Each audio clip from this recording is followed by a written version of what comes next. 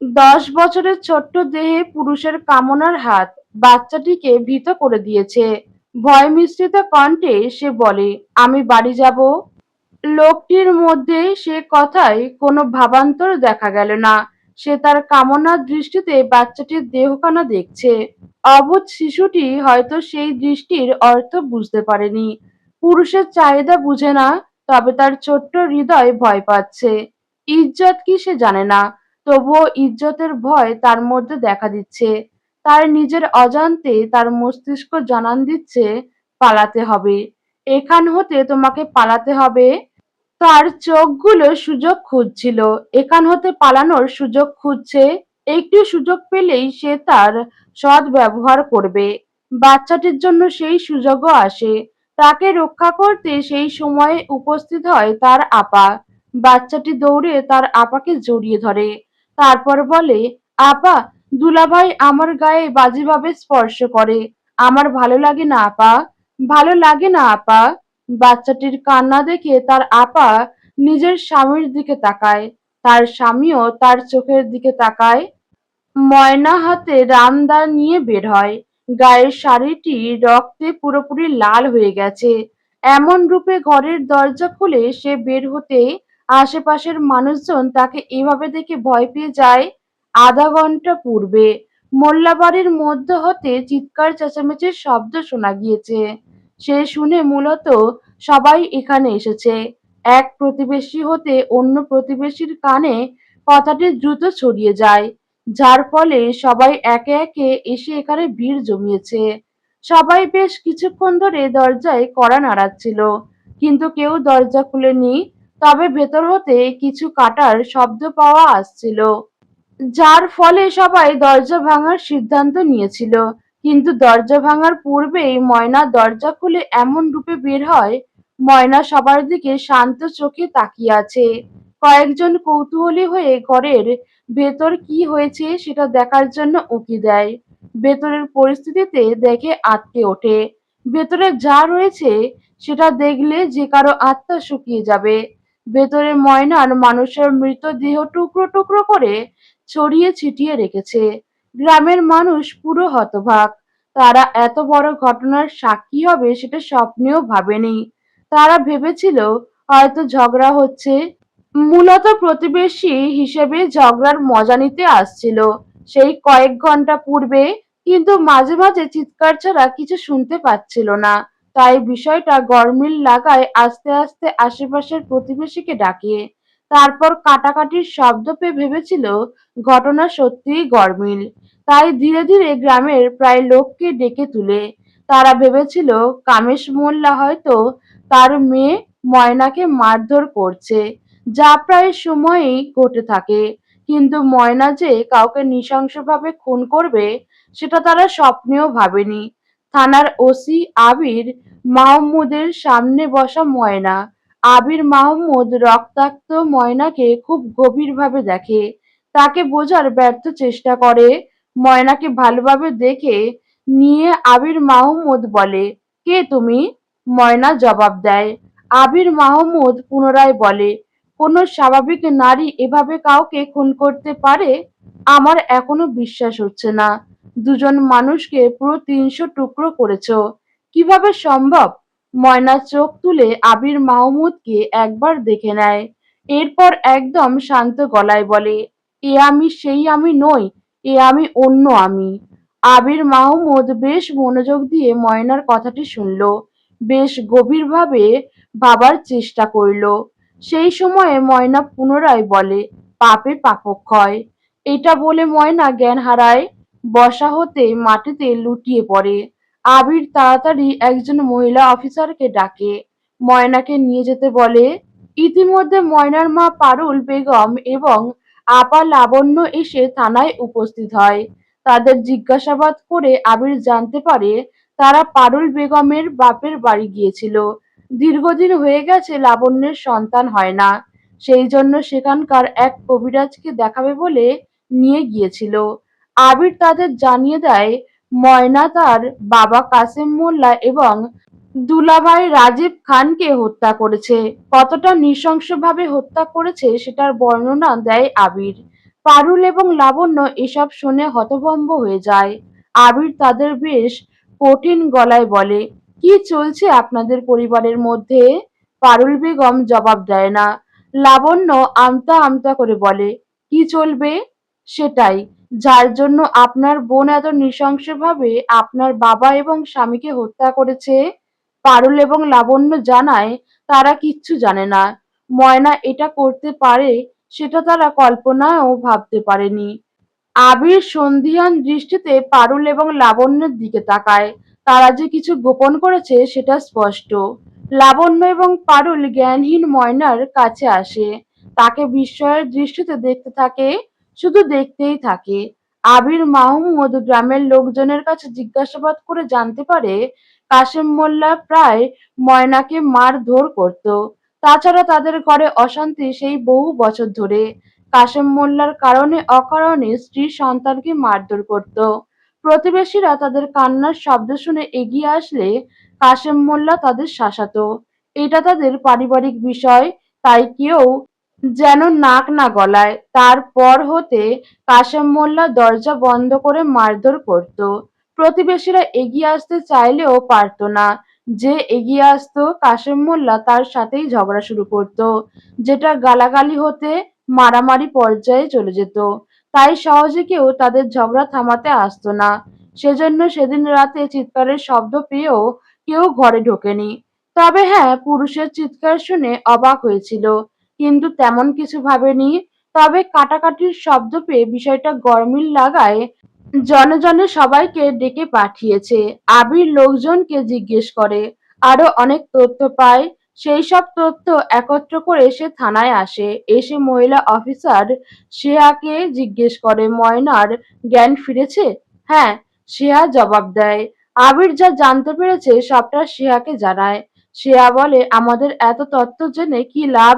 খুন হয়েছে, খুনি ধরা পড়েছে, মামলা সমাধান হয়ে গেছে, আর কি?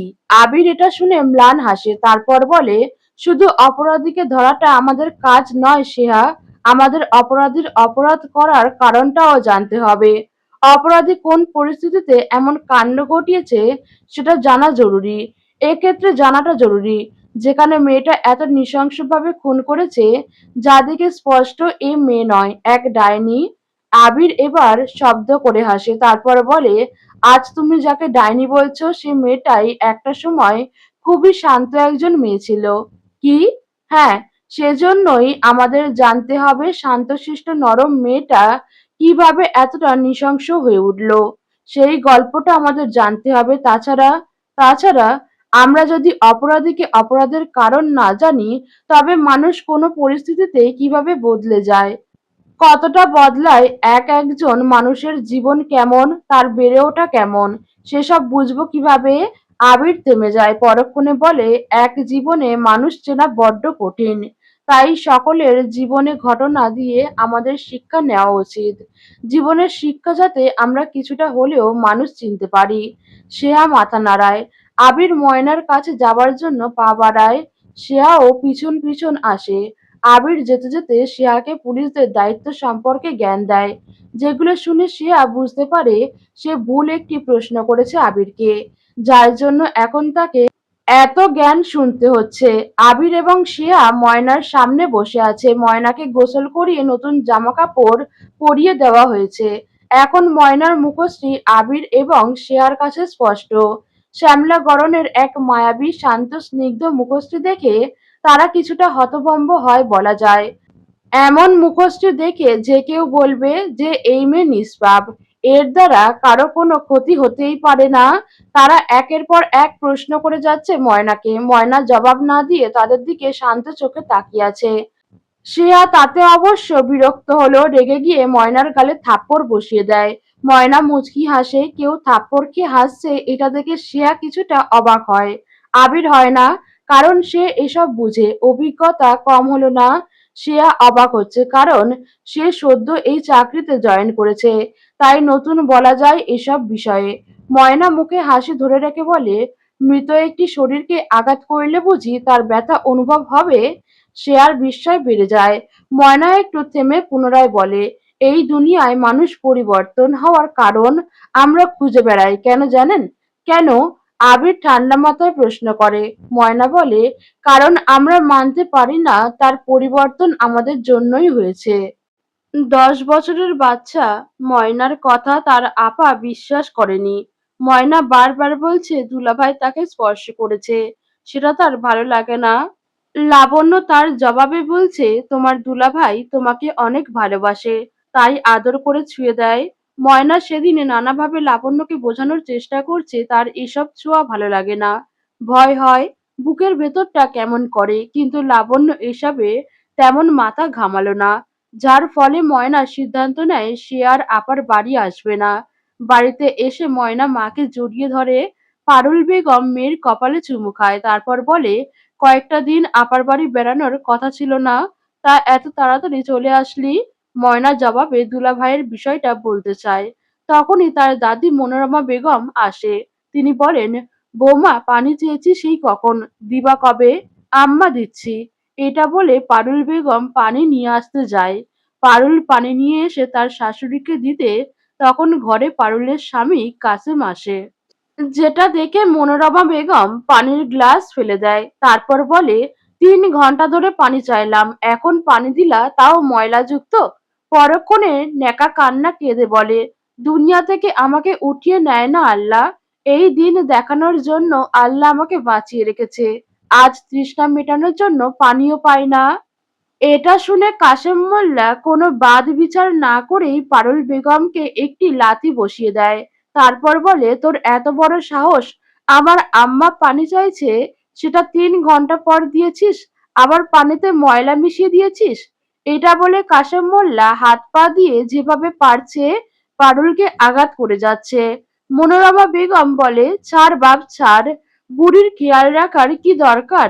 বৌমার কোনো দোষ নাই, বুড়ি মানুষ আমি, আমাকে ময়লা পানি দেওয়াই কি আর হবে?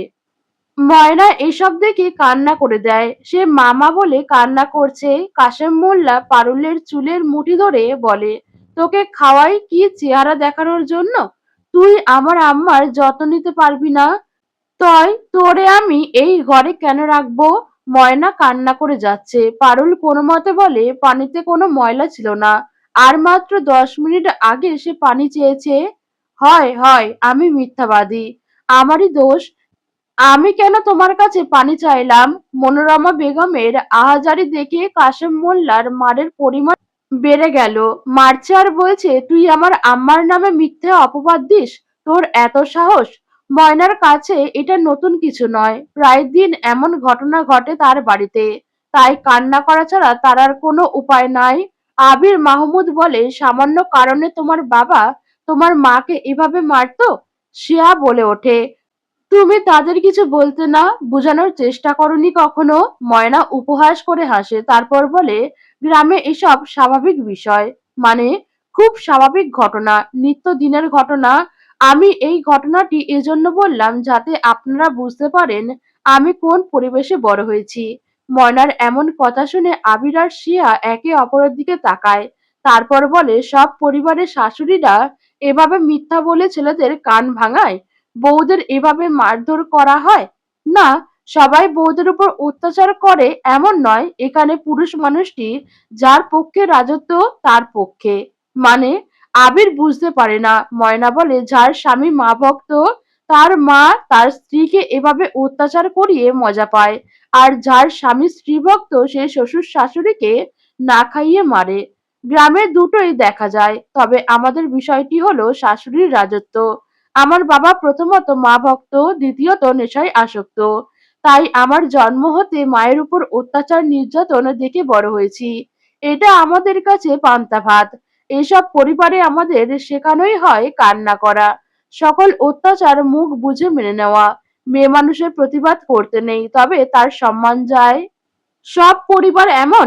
শ্রেয়া কিছুটা ভাবনায় পড়ে যায়। ময়না বলে, না, হাতে গোনা কয়েকটা পরিবার রয়েছে যেখানে সত্যিকারের পুরুষ বাস করে, যে পরিবারগুলো সুখে শান্তিতে বসবাস করে, যাদের মধ্যে সমস্যা থাকলেও সেটা জটিল নয়, কারণ তার পরিবারে সত্যিকারের পুরুষ বাস করে, যার পুরুষত্ব রয়েছে।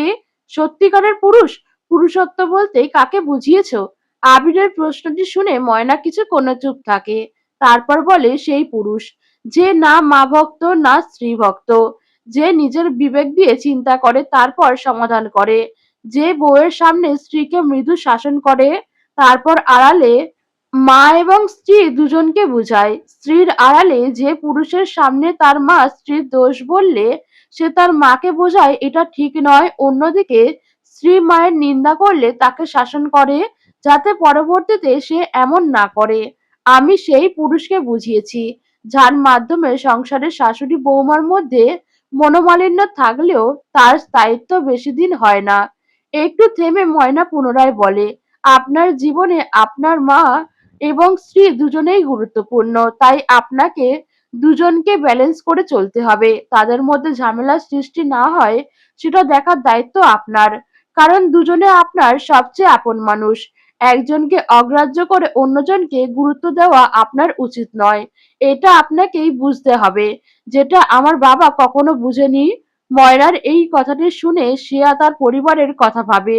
তার পরিবারে তবে তেমন পুরুষ নেই, কারণ তার বাবা তো তার মায়ের কথা শুনে সবসময় দাদা দাদিকে অগ্রাহ্য করে। আবিরও বেশ গভীরভাবে ময়নার কথাটি ভাবে। ময়না পুনরায় তার গল্প বলা শুরু করে। ছোটবেলা হতে বাবার মায়ের উপর অত্যাচার, দাদির সব বিষয়ে মাকে দোষারোপ করা, এসব দেখে ময়না বড় হয়। তার কাছে এটাই নারীদের জীবন। মাঝে মাঝে ময়না পারুল বেগমকে জিজ্ঞেস করতো, আচ্ছা মা, বাবা যে তোমাকে এত মারে তাও তুমি তাকে এত ভালোবাসো কেন? পারুল বেগম সহজ সরল মনে বলে, এটাই নারীদের জীবন। স্বামীকে ভালোবাসবো না তো কাকে বাসবো? তোমার ওসব অত্যাচারের কথা ভাবলে কষ্ট হয় না? আমার তো দেখেই অনেক কষ্ট হয়। আর তুমি তো তার ভুক্তভোগী। হয় কষ্ট, কিন্তু কি করার? মানুষটা পরিবর্তন হওয়ার নয়। বাবাকে তুমি ছেড়ে দিতে পারো না? আমার তো মাঝে মাঝে বাবার উপর রাগ হয়, সে কেন তোমায় মারে। দাদির উপর রাগ হয়, ইচ্ছা করে তোমাকে নিয়ে চলে যায়। পারুল বেগম ময়নার মুখে হাত দেয়, তারপর বলে, এসব বাজে কথা বলতে নেই ময়না। বাবা হয় তোমার, বাবার উপর আবার কিসের রাগ? তাছাড়া স্বামী ছেড়ে দেওয়া ঠিক না, এটাই পাপ হয়, অনেক পাপ। সেদিন ময়নাকে তার মা এমন শিক্ষাই দিয়েছিল, যার ফলে তার মধ্যে প্রতিবাদ করার ইচ্ছাটা আর জাগেনি।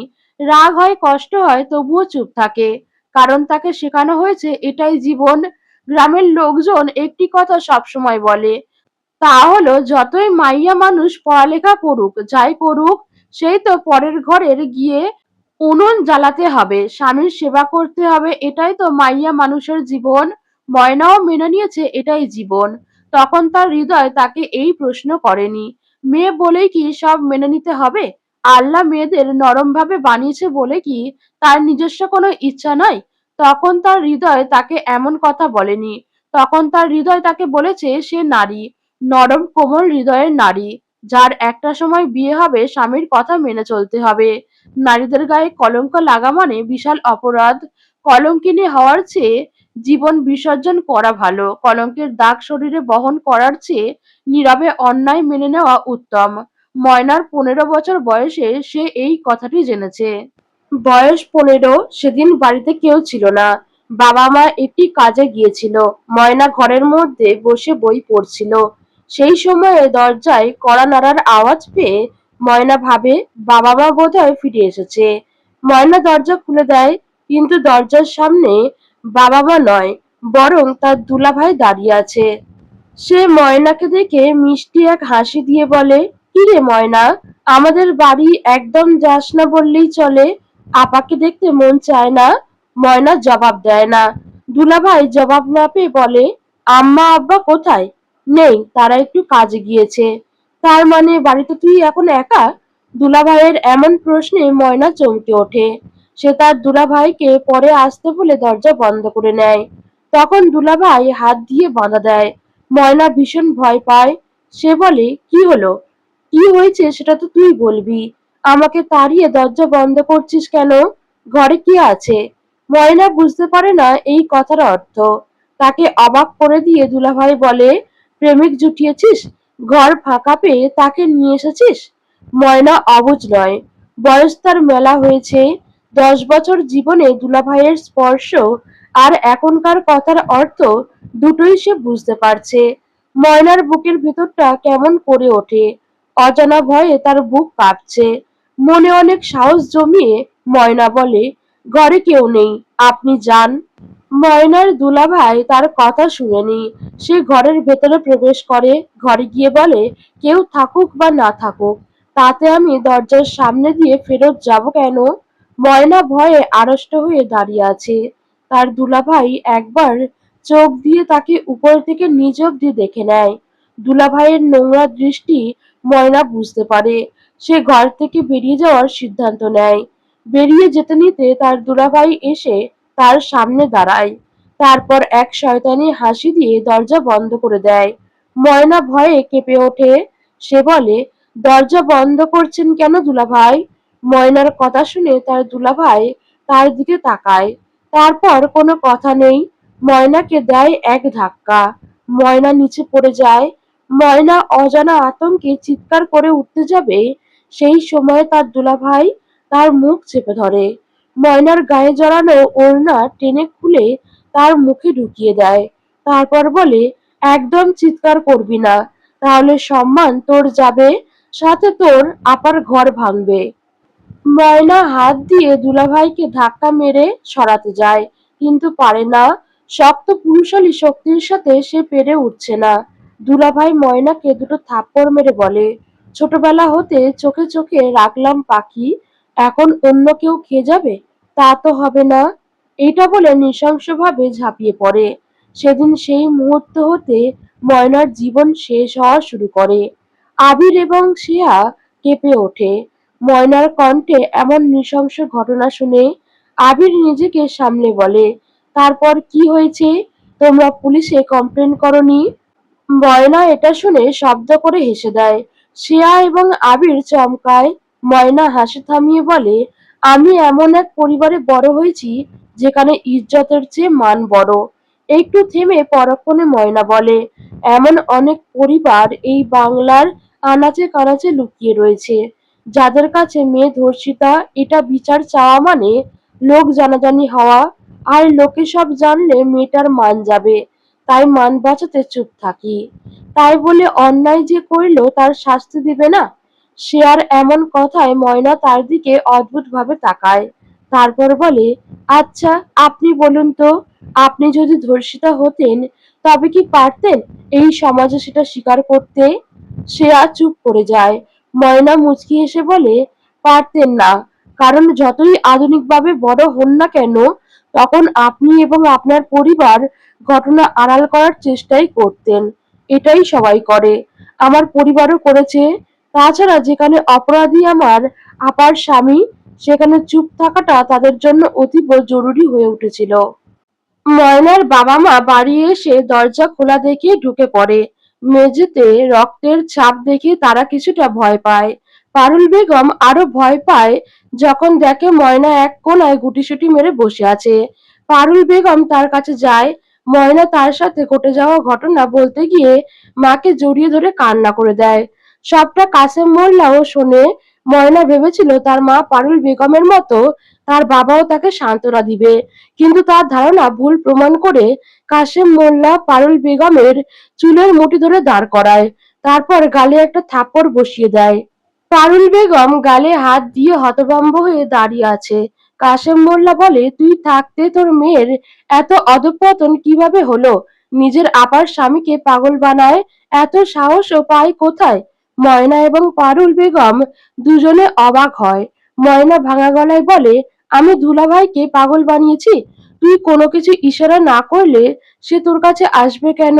মেয়েরা সুযোগ না দিলে তো কোনো পুরুষ তার কাছে আসার সাহস পায় না। ময়না নিজের বাবার মুখে এমন কথা শুনে তার মায়ের দিকে তাকায়, কিন্তু পারুল বেগম নিশ্চুপ। সেদিনও পারুল বেগম প্রতিবাদ করেনি। সে প্রতিবাদ না করে প্রমাণ করে দিয়েছে এটাই নারীদের জীবন। তাই বাধ্য হয়ে ময়নাকে সেই জীবনটা মেনে নিতে হয়েছে, কারণ তার মনের মধ্যে যেমন জীবনের স্বপ্ন এঁকে রেখেছে সে, সেই জীবনের শিক্ষা তো তার বাবা মা তাকে দিচ্ছে না। কাশেম মোল্লা রেগে মেগে চলে যায়। যাবার সময় বলে, এই কথা যেন পাঁচ কান না হয়। পারুল বেগম মাথা নাড়ায়। কাশেম মোল্লা চলে যায়।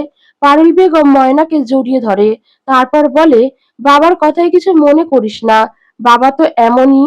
বাবা এমন নয়, বরং তুমি তাকে এমন বানিয়েছো। পারুল বেগম অবাক হয়। ময়না কান্নারত অবস্থায় বলে, কখনো তার অন্যায়টা তাকে চোখে আঙুল দিয়ে দেখাওনি। সেজন্য সে ভেবেছে সে যা ভাবে, যা করে তা সব ঠিক। তুমি তাকে বোঝাওনি। তার চিন্তাধারা ভুল, সেজন্য সে দিনে দিনে বিকৃত মানসিকতার হয়ে গেছে। পারুল বেগম লজ্জায় মাথা নিচু করে নেয়। নিজের মেয়ের থেকে এরকম কথা শুনতে হবে সে তো ভাবেনি। পারুল বেগম তো স্বামীর ভালোবাসা পাওয়ার কম চেষ্টা করেনি, কিন্তু পায়নি। যখন একটু পেত তখনও সেটা সইত না, কারণ তার শাশুড়ি তার স্বামীর মন বিষিয়ে দিত, তার বিরুদ্ধে উস্কে দিয়ে। ময়রা বোধহয় পারুলের মনের কথা বুঝতে পারল, তাই বলে, দাদি তো গত হয়েছে 2 বছর হলো, তাও বাবা পরিবর্তন হয়নি কেন? কারণটা তুমি। তুমি কখনো বাবা দাদিকে তাদের ভুল ধরিয়ে দাওনি। ধরিয়ে দিবে কিভাবে? তোমার কাছে এটাই তো জীবন, তাই না? ময়নার কথার জবাব না দিয়ে পারুল বেগম তাকে জড়িয়ে ধরে কান্না করে দেয়। ময়নাও কাঁদে। মামের কান্নায় চারিদিক ভারী হয়ে ওঠে। ময়না ধীরে ধীরে ঘটনাটি ভুলে যেতে চায়, কারণ এটা যত মনে রাখবে তত কষ্ট বাড়বে। তাছাড়া তার বাবা মায়ের কাছে সমাজে সম্মানটা জরুরি, তাই এই কথা গোপনে ভুলে যাওয়াই ভালো। ময়না সবটা ভুলতে চেয়েছিল, কিন্তু পারেনি। 2 মাস পর তার দুলাভাই পুনরায় তার কাছে আসে। সেদিনও সে জোর করে নিজের কামনা মেটায়। তবে এবার ময়না চুপ থাকে না, সে থানায় যাবার সিদ্ধান্ত নেয়। এই কথা শুনে তার বাবা কাশেম মোল্লা তাকে এক লাথি দেয়। ময়না ব্যথায় চিৎকার দেয়। কাশেম মোল্লা পারুল বেগমের গলা চেপে ধরে বলে, তোর মেয়েকে বোঝা, থানায় গেলে লোক জানাজানি হবে, এই গ্রামে আমাদের মান সম্মান সব শেষ হয়ে যাবে। সেই মুহূর্তে লাবণ্য আসে। সে এসে ময়নাকে জড়িয়ে ধরে, তারপর বলে, সব ভুলে যা বোন, আমার সংসার আর তোর জীবন কোনোটাই নষ্ট করিস না। আমার জীবন কি নষ্ট হয়নি? ময়নার এই প্রশ্নের জবাব দেয় না লাবণ্য। সে বলে, আমি আমার নামের মতো লাবণ্যতা দিয়ে তোর দুলাভাইকে বাঁধতে পারিনি, সেজন্য সে তোর কাছে আসছিল। আমি তার হয়ে ক্ষমা চাই, সবটা আমার ভুল। আমি অন্যায় মেনে নিব না। আমি থানায় যাব। লাবণ্য ময়নাকে বোঝাতে থাকে, কিন্তু কাজ হয় না। ময়না বারবার বলে যাচ্ছে সে থানায় যাবেই। এবার লাবণ্য রেগে তার গালে একটি থাপ্পড় বসিয়ে দেয়।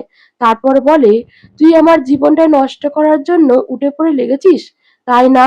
আপা। ময়না গালে হাত দিয়ে বলে ওঠে। লাবণ্য বলে, যদি তুই সুযোগ না দিতি তাহলে সে কি তোর কাছে আসতো? আমি তো সেটাই বলি, পুরুষ মানুষকে লাই না দিলে সে এত সাহস কিভাবে পায়? কাশেম মোল্লা এবং লাবণ্যের কথায় ময়না অবাক হয়ে তাদের শুধু দেখে যায়। তাকে আরো অবাক করে দিয়ে পারুল বেগম বলে, এমনিতে প্রতিবেশীর মধ্যে কানাঘুষা শুরু হয়েছে, তার মধ্যে তুই সব বলে তাদের আমাদের দিকে আঙুল তোলার সুযোগ দিস না মা। মা। ময়না সবাইকে অবাক চোখে শুধু দেখে যায়। পারুল বেগম বলে, আমরা গরিব মানুষ, আমাদের কাছে মানটা যে বড়। ময়নার মাথাটা ঘুরে যায়। পারুল বেগম তাকে জড়িয়ে ধরে।